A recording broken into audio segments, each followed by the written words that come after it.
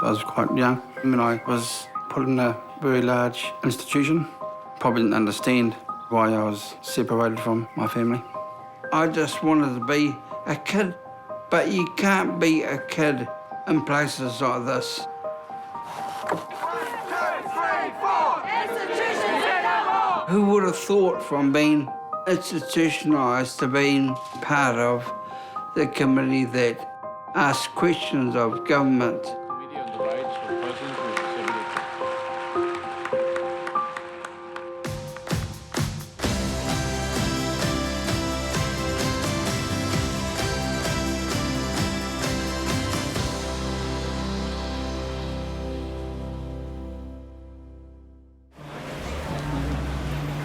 1 billion people live with a learning disability. Some have choice, like where they work, how they dress, who they live with. Others don't have these rights. Some are still hidden in institutions. They treat you like an eternal child. Basically, you don't ever grow up. And I think that's also the same in services as well, is they want to protect you. We don't need protecting, we need assistance to find our way in the world. That's what we want. Sir Robert Martin is a disability rights activist, a humble man who has made a massive global impact arguing for human rights of people with intellectual disability. In 2008, he received a New Zealand Order of Merit. He was involved in the drafting of the United Nations Convention on the Rights of Persons with Disabilities and the development of the modern self-advocacy movement within IHC. This year, he has been recognised with the highest honour of a knighthood. Sir Robert travels where his advocacy will deliver the biggest impact on international committees and at the United Nations. You may have always thought that people like myself kind of made my own decision, but it wasn't always like that. It's always been other people that have made decisions for them. I want to see people with a learning disability be able to make their own decisions and choices in their lives. And I understand that we all do need support in our lives, but it's the support that enhances people with a learning disability to be able to do things that they want to in their own lives. Robert's human rights stance is now part of international law. He helped write the United Nations Convention on the Rights of Persons with Disabilities. He was always speaking up to give the good and the bad examples, discrimination and all that. And I tried to explain that in legal terms. Terms like legal capacity, substitute decision-making, supported decision-making. And I think we were a good team. And as a result of that, I'm pretty sure the text of Article 12 was very much influenced by Robert. Yeah, no half rights, only full rights. Well, it was actually quite by accident.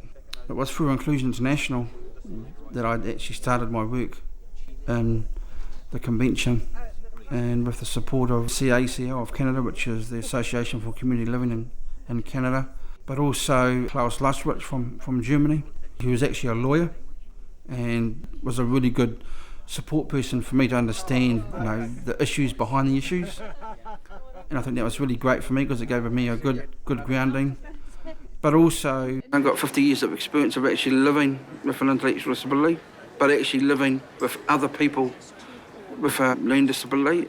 Travelled to a lot of different countries and seen how people perceived us as people with disabilities. Comes to the point very quickly, and his messages have been very strong. And sometimes I translated his statements at the UN into Japanese because his messages have been very clear and very strong. He wants to control his life. We've got people from Zambia and Panama and Croatia and Lebanon. They were able to speak with their own experience, like education, families, about coming from a developing country. Whereas I can talk about living in a community, not being institutionalised. but also the most difficult one, which is the right to life, the right to be born. 4 years ago, Robert had a stroke, affecting the clarity of his speech. Yet he's kept up the work and gained a powerful audience, the ear of international leaders. All we want is what everybody else in the world wants, is the same rights, the same recognition, the same citizenship. Those are really important things that other people have, but for people with disabilities, we actually didn't have, but, you know, we're starting to get them now. An elected committee of international experts ensures countries meet the UN Disability Convention standards. Mr. Robert George Martin of New Zealand, 101. In 2016, Sir Robert was voted in, joining a world-class committee of disability rights lawyers and academics. Robert is the first person with an intellectual disability on a United Nations committee. Well, I think it sets the stage for people with a learning disability, because we've never been represented before, so. He's not a lawyer or has a PhD or any of the other sort of academic achievements others may have. But he brings his lived experience and his personal experience, but also his experience of what he's been doing for the last 30 years. He's a very humble man. In fact, it's been hard for him to promote himself, and we've practiced I statements. Instead of talking about what everyone else does, try to talk about what he's done, taking ownership of that to promote himself. It's about a life of being segregated and being told that you're worthless and you wouldn't amount to anything. And I think I've had to endure that. I don't think I could do the job I'm doing now if I hadn't been through what I've been through.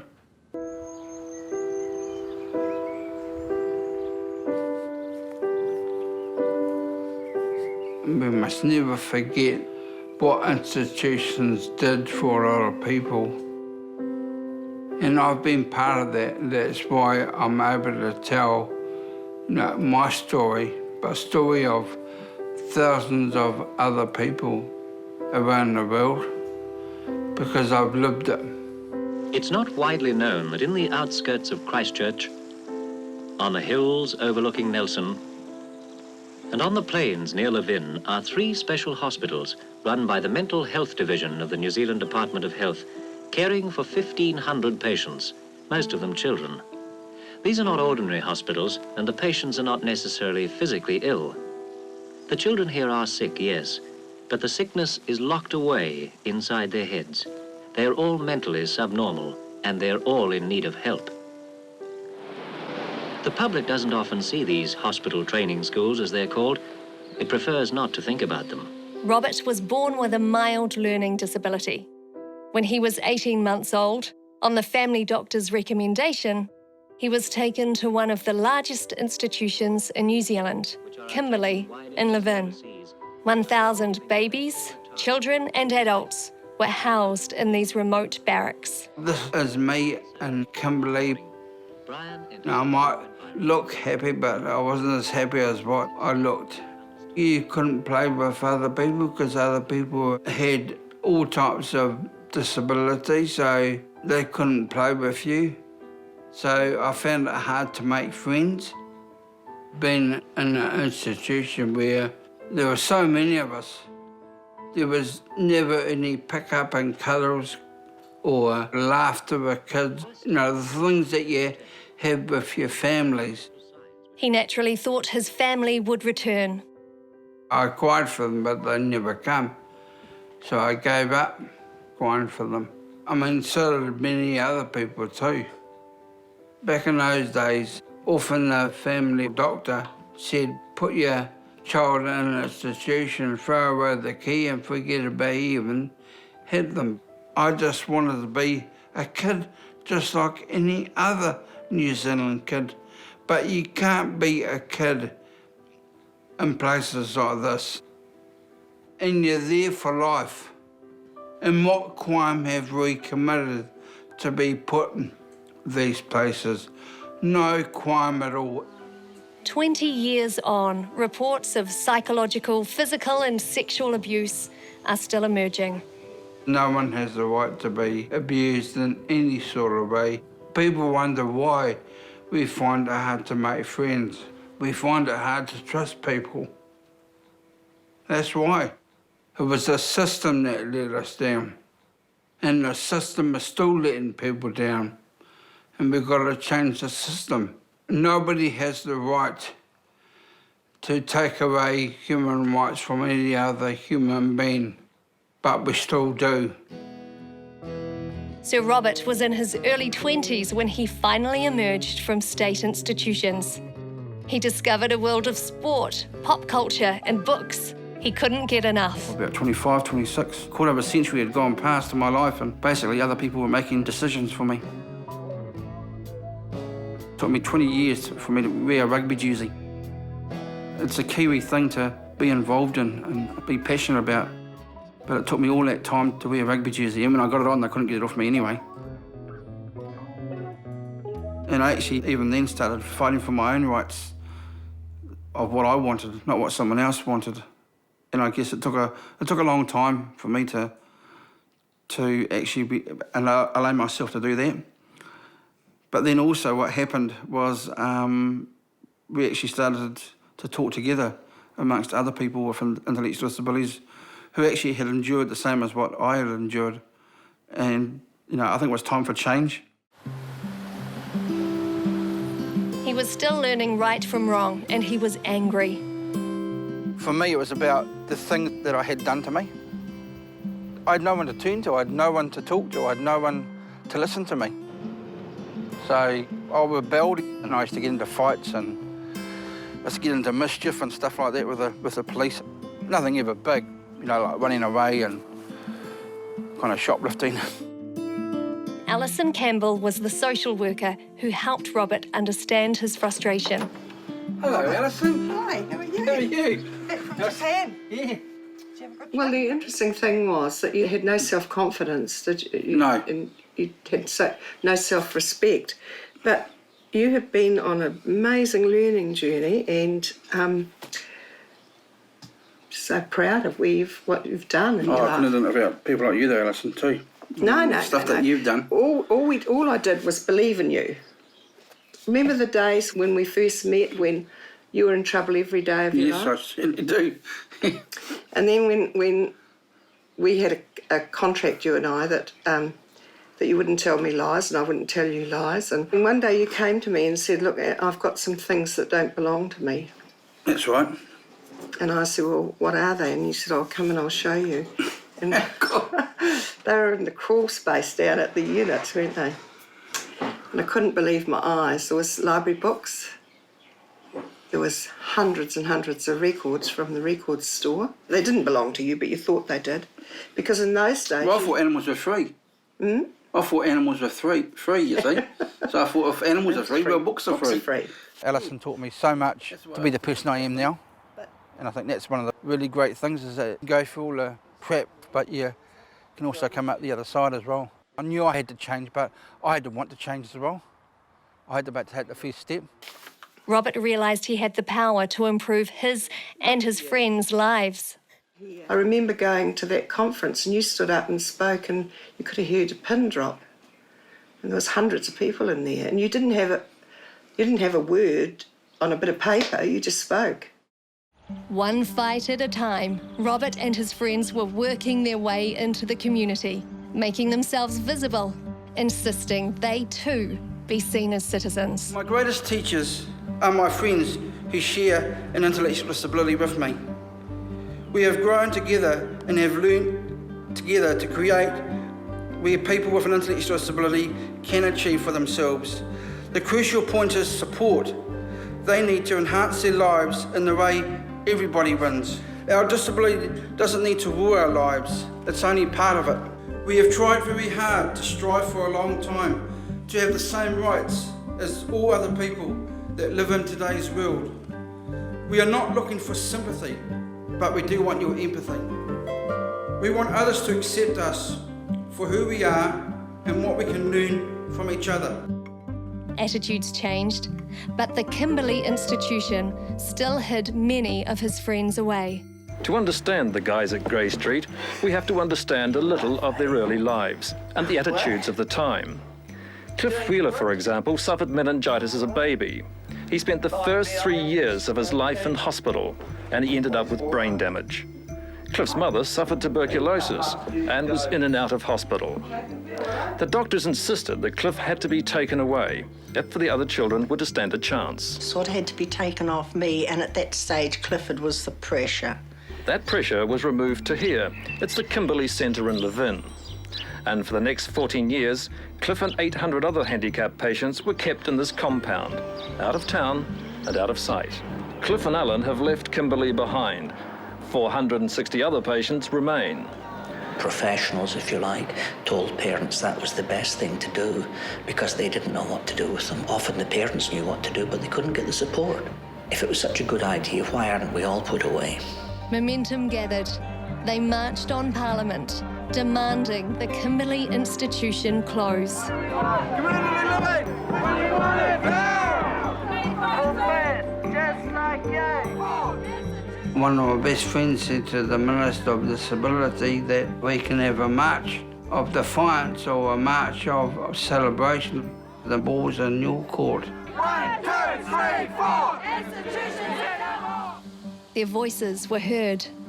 In 2006, the last of the residents left Kimberley, finally allowed to live in the community.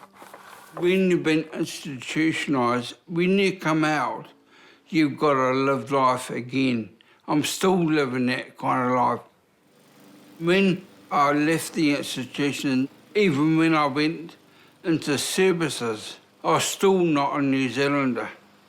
I was still a person with an intellectual disability that still had to find my way. And I've been finding my way ever since.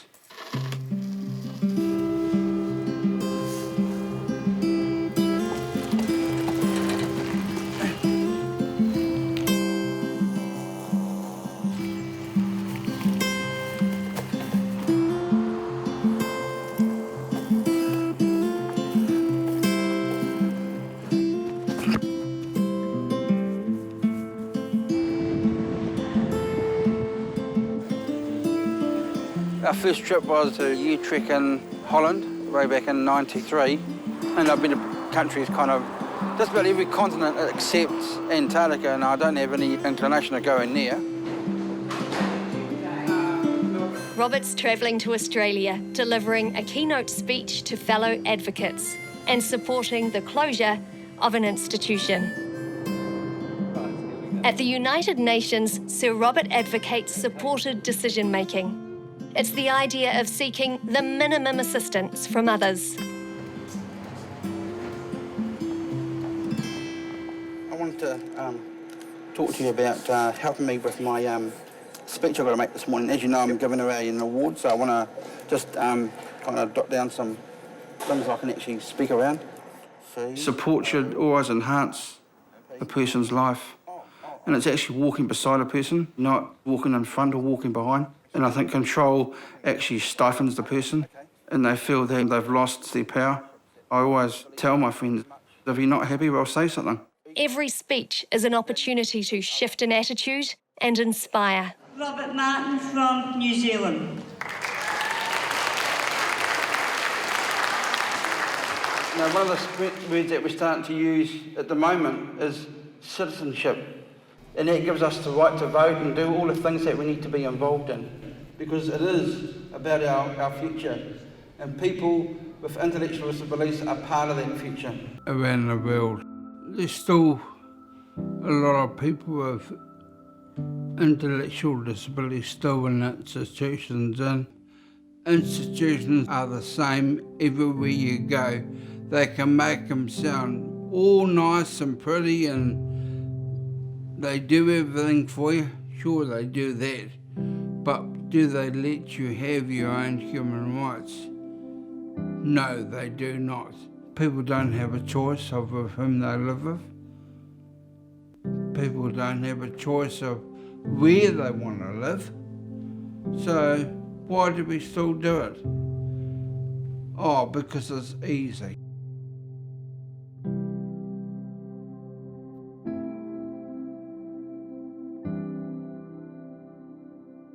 It must be very difficult for people with the highest needs to actually be noticed because they need 24/7 assistance.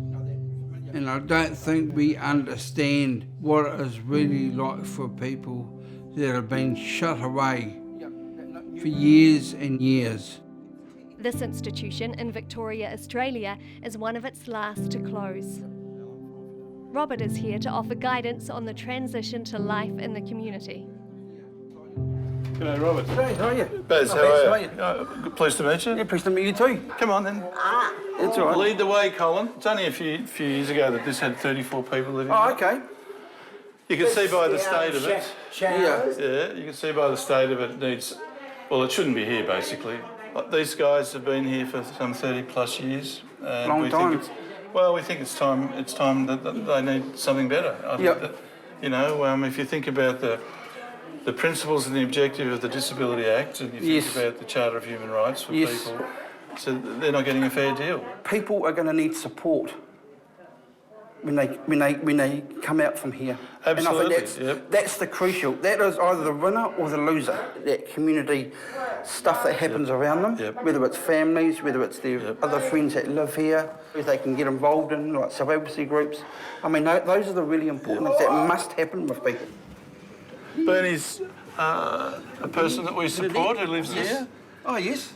And Bernie has actually got some really exciting news. What's the news? I'm going to move out here. I'm going to move into number 12 Appalling Street. Oh, that's fantastic. I got a nice bedroom over there. Yeah. And I got new fence. I got 2 ladies who live over there with me. Oh, yeah. So, her name is Alison Fleming and Don Moffat. Oh, yep. That's good. And did you choose those people, did you? Yes. Good. It's good. It's good, eh, that you've got to choose the people that you want to share your life with, eh? That's fantastic. They just need to grow up in a family, caring environment. And if their own family can't look after them, they need to think of other ways where children can be brought up in a loving family environment, but also having safeguards that they don't have abuse following them all their lives either. We've created this problem of them and us, and we wonder why people don't know about people with intellectual disabilities because they haven't been visible. We're nothing to be scared of. We're just people just like you and me. And we need to really emphasise that segregation doesn't work. It never has worked. So why do we still do it?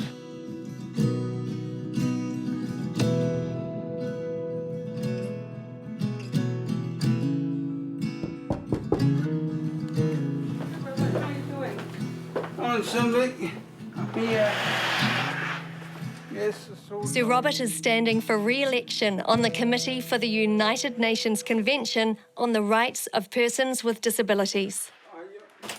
The articles I'm campaigning on is Article 12, which is recognition before the law, but also Article 19, which is about living in the community and about choosing where I live and with whom I live with. With each campaign, he has around 70 meetings with different nations to prepare for. It shows that despite the UN Convention, we still have a long way to go before people with a learned disability are free from bullying and abuse in their daily lives. I still know there are countries where people with disabilities are still quite invisible. We've got to look to the future and, what's good about people with disabilities being involved in their communities. But also getting rid of the workshop, because I think we run babysitting services, and we've got to look at getting people out in the workforce. We've seen in New Zealand people have been involved in the new New Zealand strategy.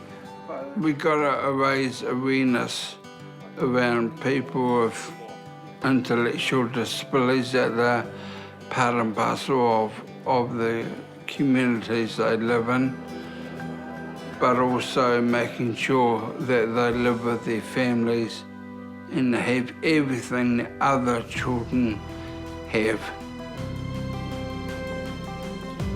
Who would have thought from being institutionalised to being part of a group of people that put the convention together to actually now being part of the committee that asks questions of government about what are they doing to enable people with disabilities to be part of society, part of their community, just like everybody else. And to me, it's all about people having the most basic human rights. The right to be heard, the right to choice, the right to be loved, and to give love. All those things are what all human beings need. I might be the first person with an intellectual disability on the committee, but I certainly don't want to be the last. I see myself as a pathway for others.